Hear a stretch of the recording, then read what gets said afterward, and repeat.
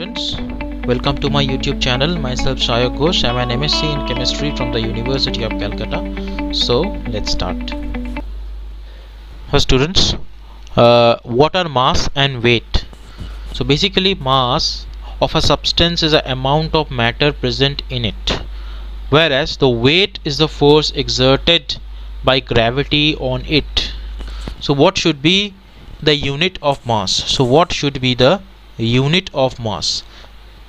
The unit of mass will be something like kg, okay, kilogram in SI unit, and what should be the mass of what should be the unit of weight? The unit of weight should be kg meter per second square in SI unit, okay. So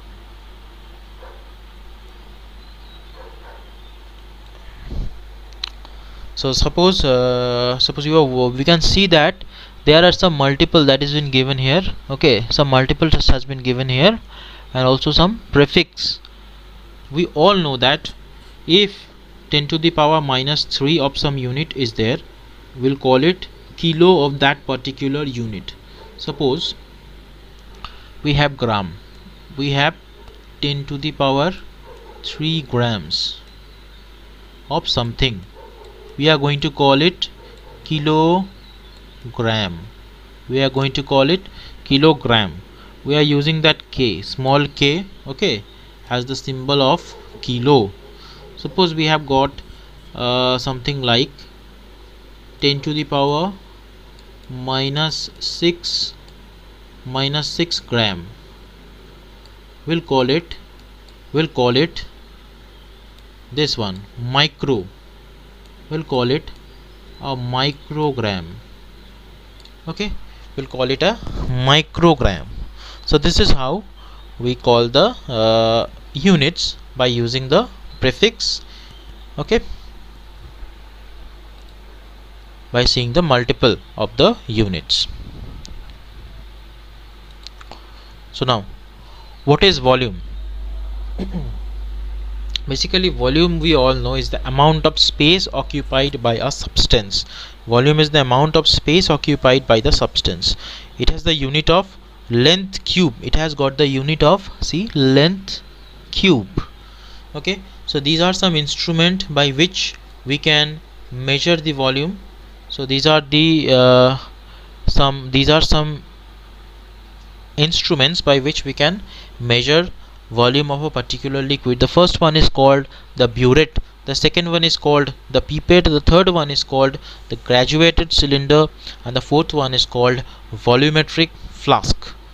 Now these instruments we generally use when we measure a liquid in a chemistry lab. Now density. What is density? Basically density is a ratio. Density is basically a ratio between mass and volume. So the SI unit of density should be SI unit of mass divided by SI unit of volume. We all know that the SI unit of mass is kilogram and the SI unit of volume is meter cube. We all know from the previous one, length cube, that is meter cube, okay. Or we can also write it as kg per meter cube, kg meter to the power minus 3, okay. Now temperature. So we all know that there are basically 3 types of temperature scale, okay, and these are degree Celsius, degree Fahrenheit and Kelvin. Degree Celsius, degree Fahrenheit and Kelvin. So basically what is the difference between degree Celsius and degree Fahrenheit? See, F is equal to 9 by 5 into C into plus 32, 9 by 5 into C plus 32. So we can also write this in a different way. Actually we know this like this: C by 5 is equal to F minus 32 divided by 9. C by 5 is equal to F minus 32 by 9. This same thing is written over here, nothing different, okay. So what is the difference between what is the difference between what is the relation between basically Kelvin scale and Celsius scale? It is Kelvin is equal to degree Celsius plus 273.15. okay, for our simplicity we just take 273, we just add 273 with the degree Celsius temperature. Okay, so it is interesting to note that the temperature below 0 degree, that is negative value, are possible in Celsius scale, but in Kelvin scale negative temperature is not possible. It is always a positive temperature. Okay, a positive value will be there. Now scientific notation, because it is a very important thing. The reason is that, see, in chemistry we have to deal with very small number, very small digits basically. Okay, and how small they are, let's see. Suppose this is the number, see, this is the number 602 200 000 000 000 000. What is this? This is the number of molecules present in 2 grams of hydrogen. This is the number of molecules present in 2 grams of hydrogen. That means we call it Avogadro number, which we are going to discuss in later. Now this much of molecules are present in 2 gram of hydrogen gas. Okay, and see, this is the mass of one hydrogen atom. This is the mass of one hydrogen atom. So we cannot use these type of long so many digits all the time. So what we do, we just write it like this: 6, suppose this one 602, 6.02 into 10 to the power 23. We write it like this. Okay, so in general how we write this, we use a n, capital N, okay, into 10 to the power small n. Okay, this is what we use in general. Okay, and this particular thing is called as scientific notation, which we are going to use in chemistry very often. Now significant figures. What are significant figures? Basically significant figures are meaningful digits which are known with certainly +1, which is estimated or uncertain. Suppose we have got 11.2 ml, 11.2 ml of something. Okay, that is the result. That 11 is certain but 0.2 is uncertain. Okay, that means a plus minus 1 can be accepted in this figure, and this is known as significant figures. So there are some rules of significant figures. What are those rules? There are particularly 5 rules. Number 1, all non-zero digits are significant. Okay, all the non-zero digits are significant. So for example 285 centimeter, there are 3 significant figures. Okay, there are 3 significant figures, but in case of 0.25 ml there are 2 significant figures, because only 2 non-zero digits are there. Okay, now zeros preceded, number 2, zeros preceded to first non-zero digit are not significant. That means suppose we have have an example of 0.03. okay, so that means these zeros are not significant, only 3 is the significant. That is why here it has got only 1 significant figures. So it has got only 1 significant figure, whereas if we see this one 0.0052, there are 2 significant figures. There are 2 significant figures in this 0.0052. okay, now zeros between if the zeros are between 2 non-zero terms, then they are significant. Suppose this one 2.005, here 2 zeros are significant, so this has got 4 significant figures. So this has got 4 significant figures. Okay, now zeros at the end or right of the number are significant provided they are on the right side of a decimal point. For example, 0.200 has got 3 significant figures, but of otherwise the terminal zeros are not significant if there is no decimal point. For example, 100, it has got only one significant figure, but 100 point has got 3 significant figures. That means when we are using the decimal, okay, the point, then all the zero which are at the right hand side, they become significant. Okay, they become significant. Now counting the numbers of the object, for example 2 balls or 20x have significant figures as these are exact numbers and can be represented by writing infinite numbers of zeros after presiding a decimal. That is 2 is equal to 2.0000. How many zeros you want to write, you can write. Similarly in case of 20 as well. Okay. So these type of numbers, suppose 2, 3, 4, 20, that is counting the numbers of an object, they have got infinite significant figures. So these were the rules of significant figures. Now what is more important? Precision and accuracy. So precision is the closeness of various measurement for the same quantity. However, accuracy is the agreement of the particular value to the true value of the result. See, what is the difference between precision and accuracy? Suppose we have a result of 2.00 gram. Okay, 2.00 gram, the actual result, true value of the result. A student A takes 2 measurements and reports the result as 1.95 gram, okay, and 1.93 gram. So these values are precise. That means they are close to the accurate value, but they are not accurate. Okay, they are close to the accurate value, but they are not at all accurate.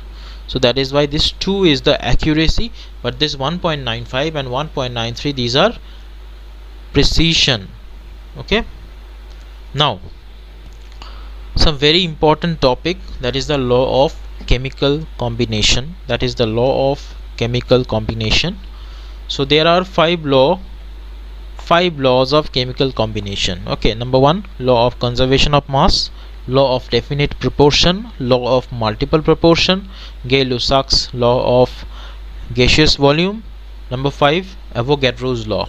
So one by one now we are going to discuss all these laws. So let's start with the first one, that is the law of conservation of mass, which we all know.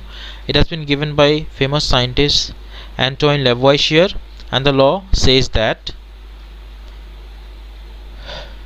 this law was put forth by Antonio Lavoisier in 1789. He performed careful experimental studies for combustion of reactants and reached to the conclusion that in all physical and chemical changes there is no net change in mass during the process. Hence he reached to the conclusion that matter can neither be created nor be destroyed. This is called law of conservation of mass. Okay, there are so many applications of this law in chemistry. Okay, the first application we learned that while balancing a chemical reaction, okay, we had to keep that law in mind. We also studied that law, this law as well, during the balancing a chemical reaction, and there are so many applications of this law in chemistry. Now, law of definite proportion. This law was given by a French chemist, Joseph Proust. Okay, this is Joseph Proust. So what did he state? He stated that a given compound always contains exactly the same proportion of element by weight. Okay, so how did we see that? How did he see that? He just took 2 samples of cupric carbonate. Okay, one was a natural sample, another was a synthetic sample. Okay, another was a synthetic sample. That means one he took from nature, another but was prepared in the lab. That is synthetic sample. What did he see? That the percentage of copper was same in both the cases, the percentage of carbon was also same in both the cases, and the percentage of oxygen was also same in both the cases. Okay, so this was the percentage taken with respect to the mass. Okay, with respect to the mass. So that is why he stated that a given compound always contain exactly the same proportion of element by weight. Whether it's a natural compound or it's a synthetic compound, this will remain same. The percentage of elements will remain the same. Okay, now law of multiple proportion. Law of multiple proportion. So this law was given by Sir John Dalton in 1803, in the year 1803. So according to the law, if two elements can combine to form more than one compound, the masses of one element that combine with a fixed mass of the other element are in the ratio of small whole numbers. So this law looks a bit complicated, but actually, believe me, it is not at all that complicated. Let's try to understand with an example. Suppose hydrogen reacts with oxygen. Okay, it reacts with oxygen in two ways. The first one, they can produce water, and the second one, they can produce hydrogen peroxide. Okay, so in the first case, 2 gram of hydrogen reacts with 16 gram of oxygen and they give 18 gram of water. Okay, so let's try to calculate this. Suppose water is H2O and the molecular weight of water will be 2 for 2 hydrogens plus 16 from 1 oxygen. It will be 18. That is why the 18 is written over here. Similarly, if we try to calculate hydrogen peroxide, that is H2O2, that is H2O2.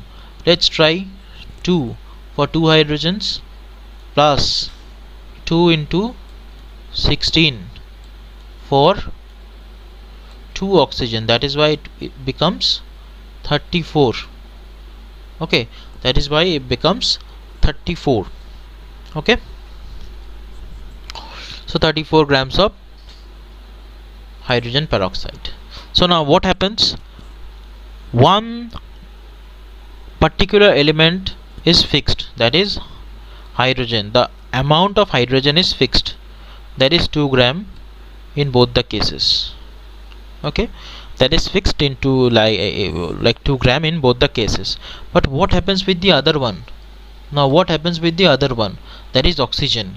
See, in the first case, that is during the formation of water, it is 16 gram, and during the formation of oxygen, during the formation of hydrogen peroxide, it is 32 gram. So what should be the ratio of oxygen in both the cases? The ratio is nothing but 16 is to 32, that is 1 is to 2. That is what Dalton said in law of multiple proportion. Okay, the ratio of amount of oxygen will be a small whole number. Here it is 1 is to 2. Similarly, we can try to calculate this in case of formation of carbon dioxide, also in the formation of carbon dioxide. Okay, carbon dioxide and carbon monoxide can be formed by carbon and oxygen. Okay, so carbon and oxygen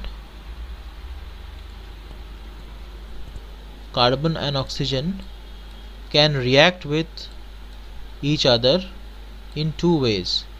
In the first step, they can produce carbon monoxide, and in the second way they can produce carbon dioxide. Okay, if we try to calculate here also, we'll find that the ratio is a small whole number. Okay, the ratio is a small whole number. Okay, so let's proceed to the fourth law, that is Gay-Lussac's law of gaseous volume. So this was given by Gay-Lussac in 1808.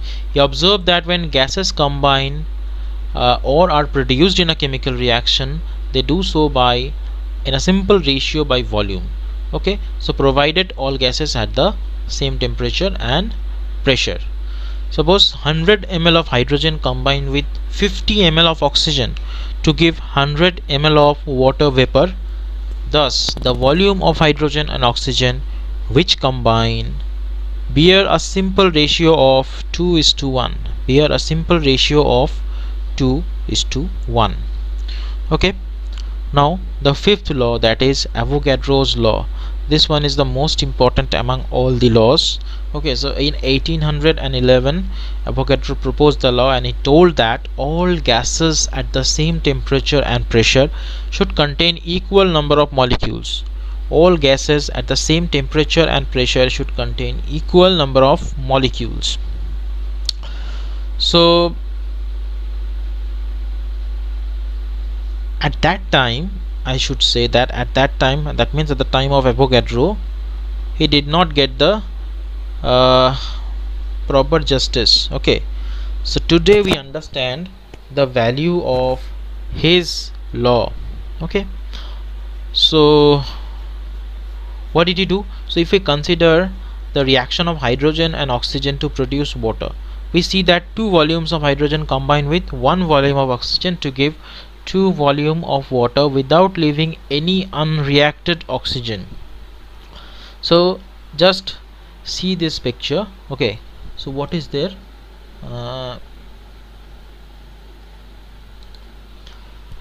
See, 2 volume of hydrogen, they react.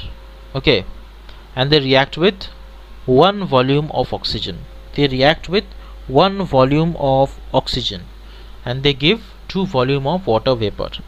Let's try to count how many molecules are there in 1 volume of any particular gas.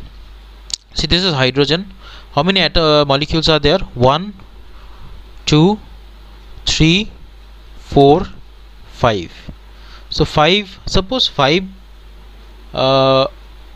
hydrogen molecules are there in 1 volume. So in 1 volume again there will be 5 hydrogen. Okay, alright. So if we move to the oxygen, so it is 1 volume of oxygen. There is, see, 5 oxygen molecules are there. 1, 2, 3, 4, 5. 5 oxygen is there. 5 molecules of oxygen is there.